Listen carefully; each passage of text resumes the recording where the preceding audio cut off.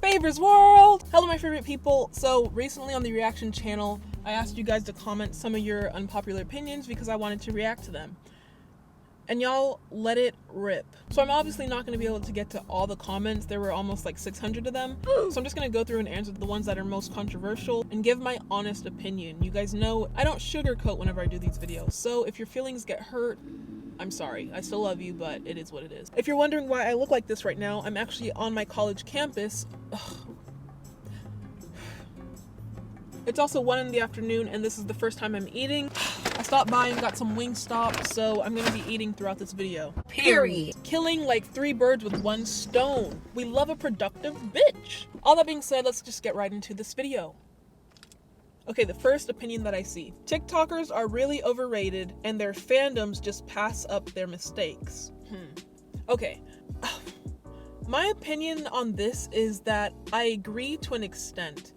It's kind of just like, you can't blame the TikTokers for their stupid fans making them so famous. It's just like these TikTokers did what they needed to do to get famous. They knew what they needed to do, whether it be saying the N-word, whether it be acting controversial on purpose. TikTokers do what they do to get more fame. That's their whole purpose. That's their whole goal. And the fact that the population feeds into it is, I feel like, our fault. We can't be mad at the TikTokers for being a TikToker, aka being dumb. And as for the fandom just giving them a pass, absolutely. I feel like some people get more of a pass than others. I feel like some get to use more excuses more times than other people. I think there are certain people who get more chances and more excuses than others, for sure. I'm making this response really long. But to wrap up, I just feel like TikTokers whose only purpose on the app is dancing are whack as hell. No offense. You can have the best personality and all that, but the fact that you got famous off of doing some body rolls, bitch. The next top rated comment. Everyone's problem and trauma is valid. Whoever and whatever that is. When Dua Lipa cried on...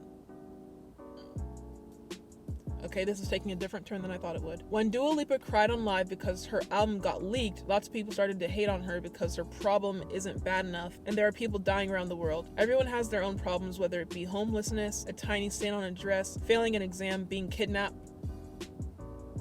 Stop invalidating people's feelings. Now listen, I completely agree.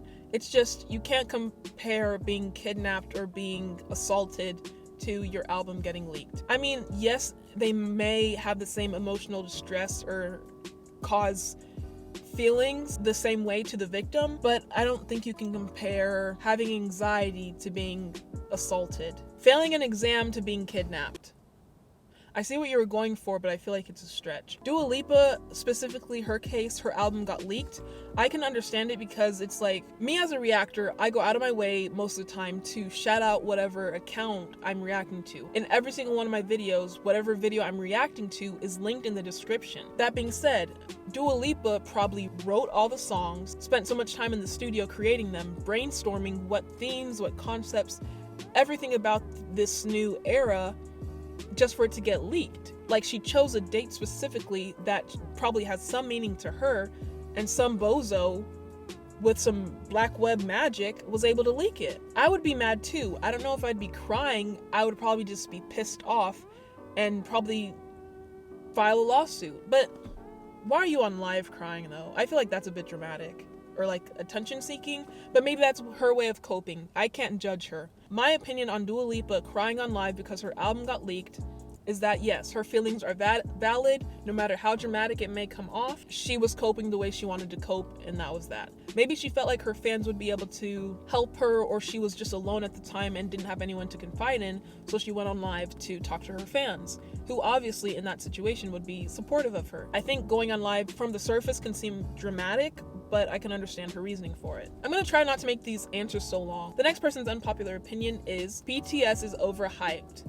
Edit. Wow, I like their music, fave, dynamite, but their fan base is crazy. Okay, I believe BTS, obviously they're where they're at for their talents, for their hard work. But I do think at some point, and I feel like they have reached this point or even past it, it gets to a point where people don't know you for your music, for your dancing. Now people just know you because you're BTS.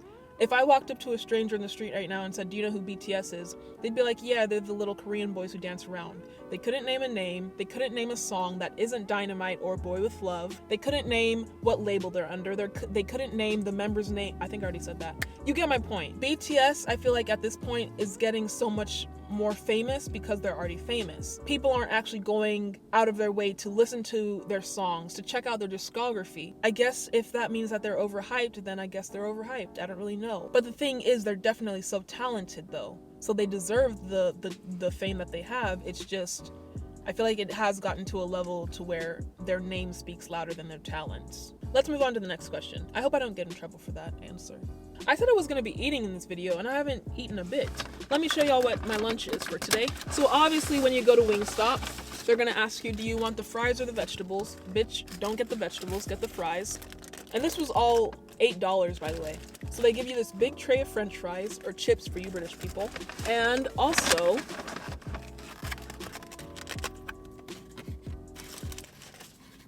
these itty bitty ass chicken wings they gave me. Okay, I'm kind of regretting getting these because they look super spicy. So I got, I believe, Cajun chicken, and I also got mild chicken. See? Why am I so dark? Bitch, focus! This isn't working. Anyways, my car is too small to eat in.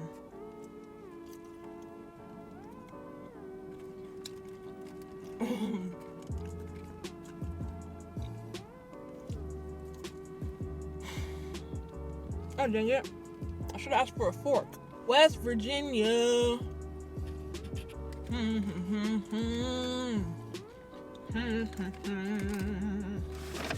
The guy also gave me ketchup and ranch, so that's litty. I need like a table.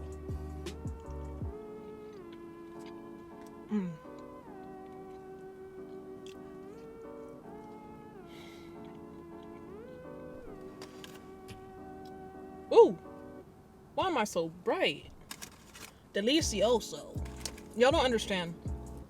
This is the first meal I'm having all day. All I've done today is film reactions, run around and do errands, and that's it.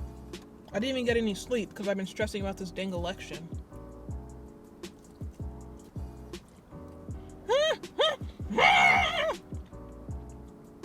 I'm gonna try the chicken now.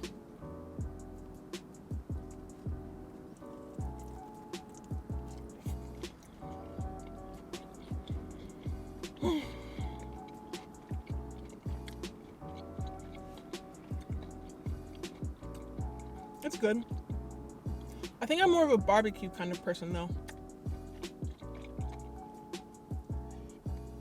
I believe this is the mild flavor, but it could be Cajun. I'm not too sure.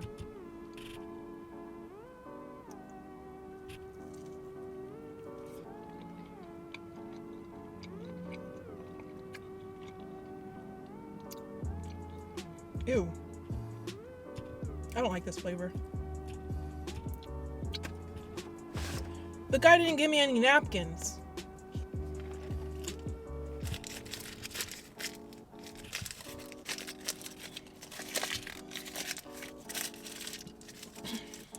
Okay, let's get back to the questions. Someone said, if you don't like a group, don't stand them, but don't be in their business when something happens. You look dumb when you do that. Focus on your fave.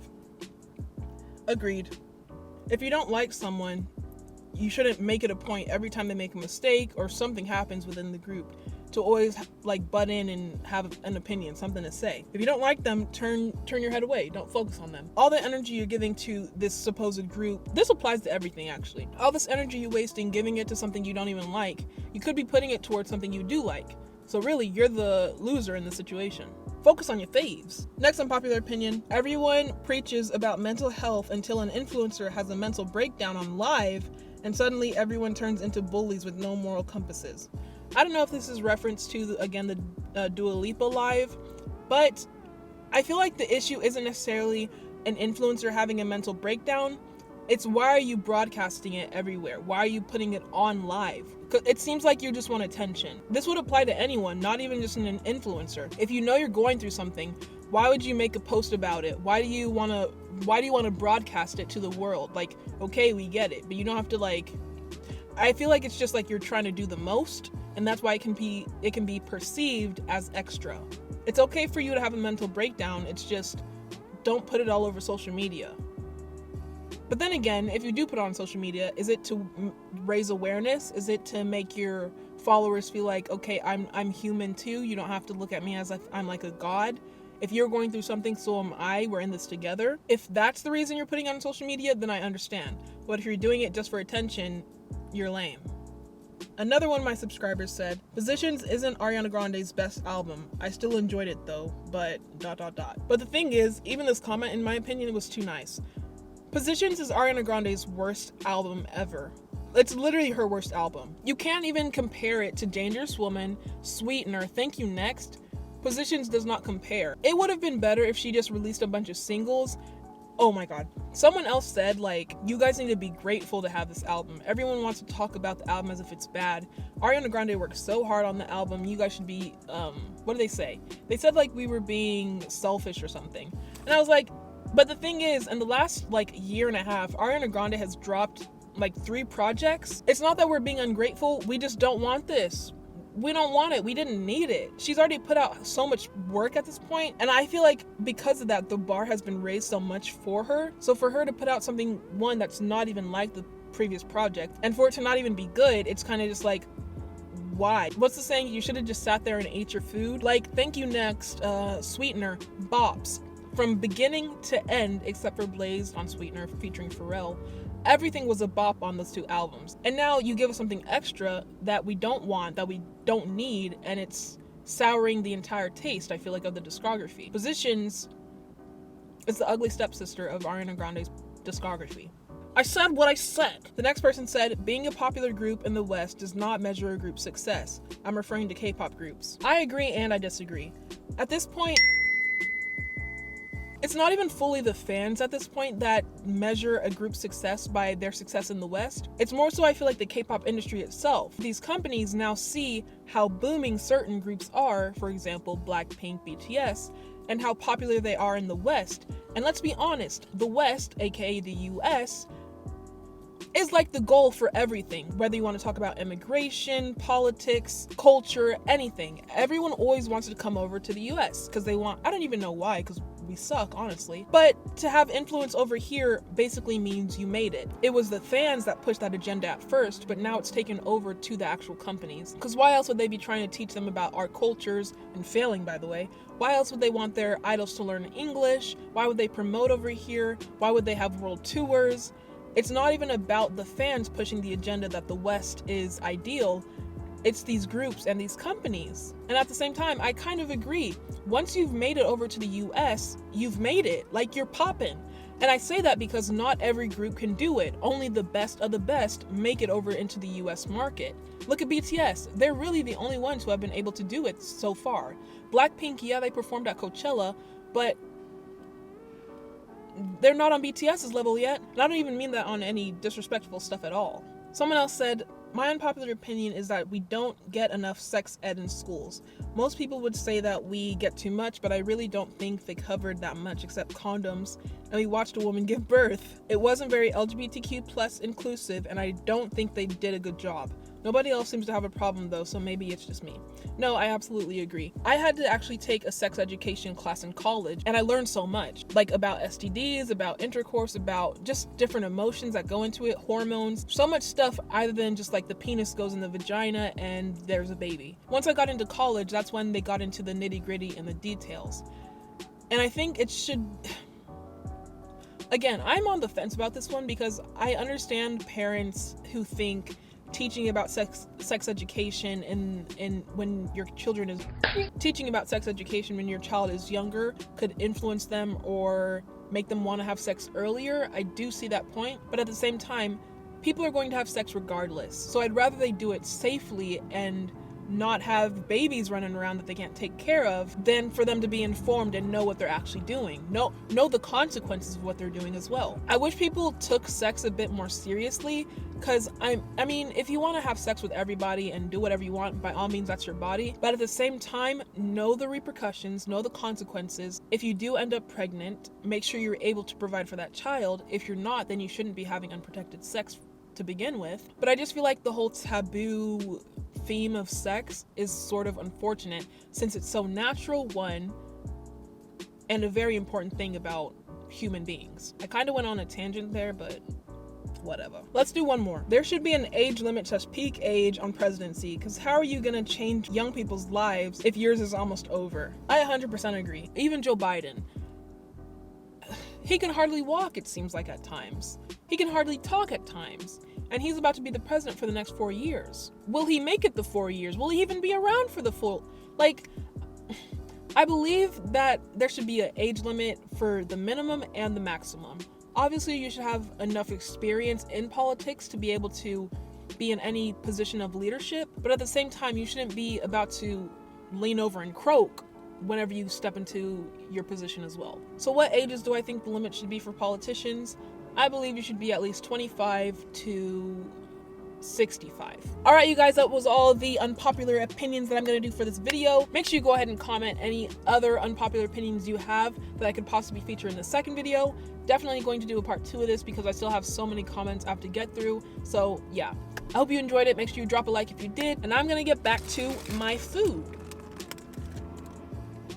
Bye.